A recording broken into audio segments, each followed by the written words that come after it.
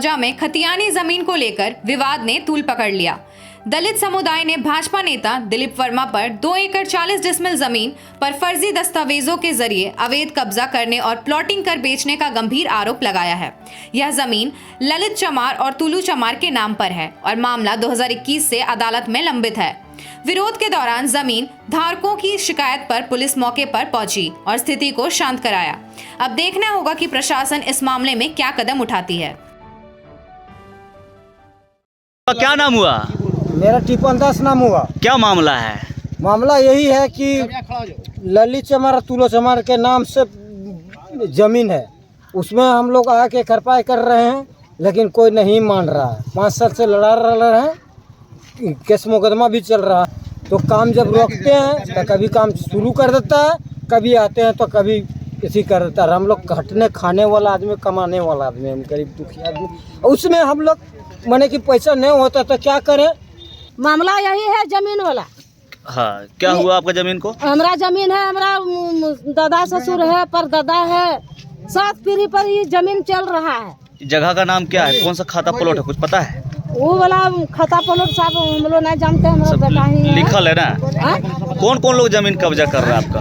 ये जमीन कब्जा कर रहा है। पहले के है लड़ाई जो हुआ है ना, हाँ। पहले मारपीट हुआ है शुरू में, हाँ। तो वकरा में सोनू है और ये दिलीप वर्मा, हाँ। इसी से झगड़ा चल रहा है। वही वाला साहब हमारा जमीन बेच रहा है और सबको घुसा के जमीन देता है, वो लोग बेचता है और बाहरी वाला इसके लेता है। ये आप लोगों का खतियानी जमीन है? हाँ, हम लोग वही जमीन। देखिए, सबसे पहले ना वो ज़मीन हमारा और ना ही हमने वहाँ कोई खरीद बिक्री किया।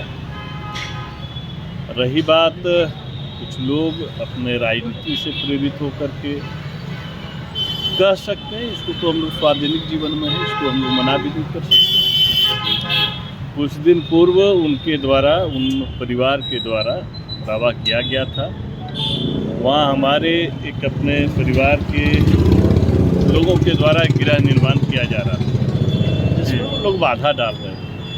हमने उस दिन भी कहा था, भाई अगर अगल बगल की हो, बैठ के मामला को देख लो।